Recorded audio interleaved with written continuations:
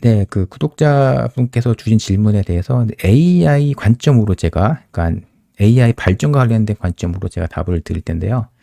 이전 영상에서는 이제 MCU와 리눅스 BSP 개발 관점으로 답변을 드렸는데, 이번에는 AI와 관련된 그 방향으로 답을 드리도록 하겠습니다. 누군가가 이제 AI라는 단어를 쓴다면, 사실 AI 같은 경우는 개념이거든요.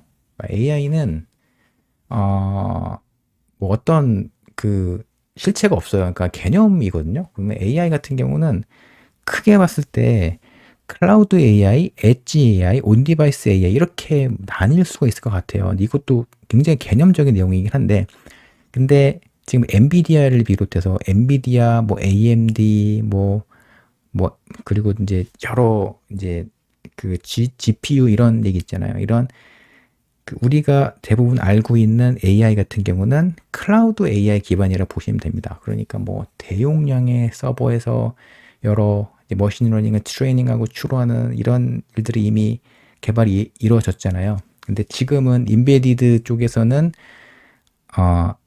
엣지 AI라든가 온디바이스 AI 이쪽으로 지금 개발 생태계를 바라보고 있고, 그리고 어떤 방향으로 발전할 것인지에 대해서 여러 가지 얘기가 많은데요. 그러니까 AI 같은 경우는 세 가지로 나눌 수가 있는데, 시스템 소프트웨어, 인베디드 관점을 보게 되면 앞으로는 엣지 AI나 온디바이스 AI 이쪽을 좀 봐야 될 것 같아요. 그러면 엣지 AI와 온디바이스 AI의 차이점이 무엇인가를 알 필요가 있습니다.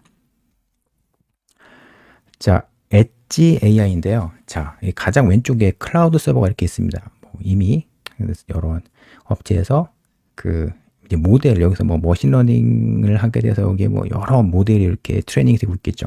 근데 여기 보면은 게이트웨이라는 게 있는데, 게이트웨이라든가 노드라고 부르기도 하는데요. 그러니까 이 엣지 디바이스를 이렇게 제어하는 일종의 컴퓨터라고 보시면 됩니다. 그러니까 이제 공장 안에 이렇게 이제 게이트웨이나 노드를 이렇게 두고요. 이 컴퓨터가 공장 안에 있는 그 엣지 디바이스 로봇을 얘네가 이렇게 컨트롤할 수가 있겠죠. 공장 내에 게이트웨이나 노드가 있기 때문에 빨리 통신을 할 수가 있는 구조입니다. 근데 이미 머신러닝을 통해서 트레이닝된 이런 데이터는요, 클라우드 서버와 게이트웨이를 통해서 게이트웨이를 이렇게 전달이 되고요. 이 대용량의 데이터는 게이트웨이를 통해서 엣지 디바이스와 통신하는 그런 구조입니다. 네, 많은 업체에서 이와 같은 구조로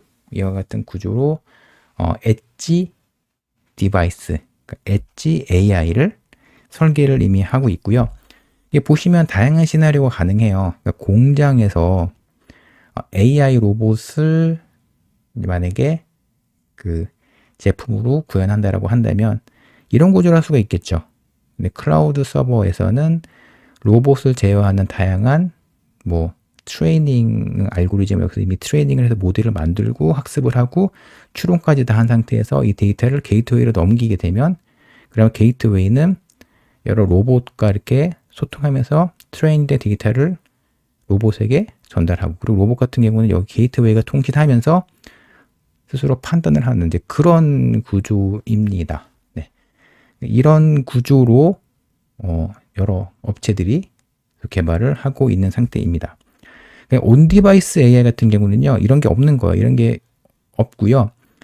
그 디바이스 내부에서 스스로 그 학습과 트레이닝과 추론을 하는 그런 디바이스를 온디바이스 AI라고 합니다. 약간 차이가 있어요. 그러니까 엣지 디바이스, 엣지 AI와 온디바이스 AI는 차이가 있는데요.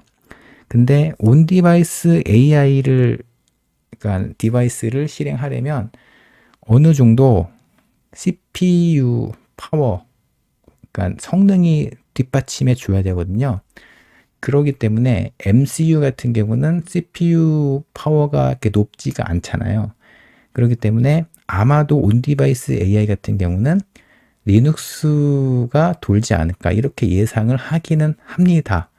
하지만 MCU에서 뭐 초경량화된 그런 모델을 사용해서 온 디바이스 AI를 돌릴 수가 있다면 그러면 네, MCU 기반에서 디바이스가 나올 수가 있습니다.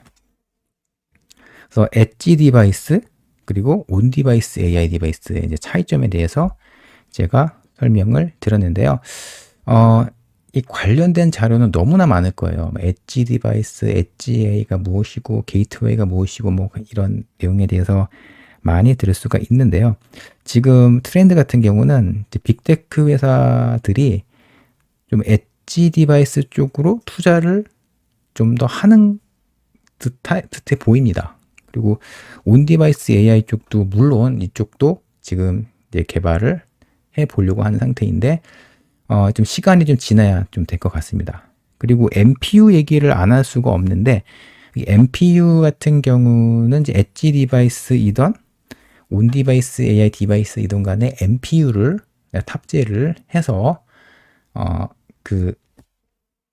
AI와 관련된 데이터를 처리할 때에 그 데이터 처리 속도를 빠르게 하기 위해서는 가속기가 있어야 되거든요. 그렇기 때문에 MPU를 탑재를 하는데 MPU를 탑재를 하는 경우도 있고요. 혹은 그 기존의 ARM 프로세서에서 제공하고 있는 그런 그 AI를 트레이닝 할 때 사용이 되는 그런 그 행렬 같은 데이터 있잖아요. 데이터를 한 번에 처리할 수 있는 그런 기능들이 있어요. 뭐 대표적으로 뭐 스칼라 매트릭스 익스텐션 이런 기능들이 있는데 이런 이미 CPU에서 제공하고 있는 기능을 활용해서 뭐 머신러닝 뭐 트레이닝을 하는 그런 여러 가지 시나리오 생각해 볼 수가 있는데 현재는 MPU를 사용해서 이런 그 머신러닝에 사용이 되는 데이터를 가속을 해보자 뭐라는 개발도 진행이 되고 있습니다. 그래서 지금 현재 여러 가지 개발이 이루어지고 있는 상태이기 때문에 뭐 지금 어떤 방향의 대세다 이렇게 말씀드리기 어려울 것 같습니다. 그래서 정리를 하게 되면은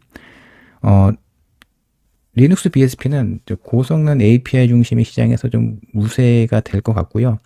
MC 퍼미어 같은 경우는 또 이쪽 분야에서도 초전력 초소형 AI 영역, 예를 들어서 뭐 AI 센서라든가 여러 가지 우리가 그 예측하기 어려운 초경량화된 디바이스가 MCU 펌웨어 기반으로 나올 수가 있거든요.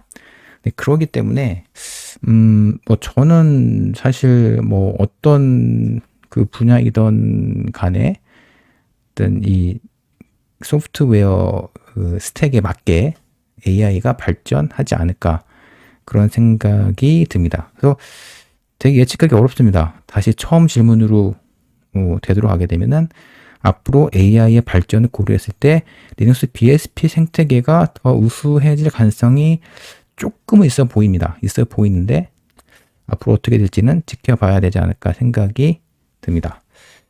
왜 그 이유가 무엇이냐면 기본적으로 그러니까 지금 그 AI와 관련된 하드웨어, 뭐 CPU라든가 서버를 개발한 분들의 의견을 들어보면은 이런 얘기를 많이 해요.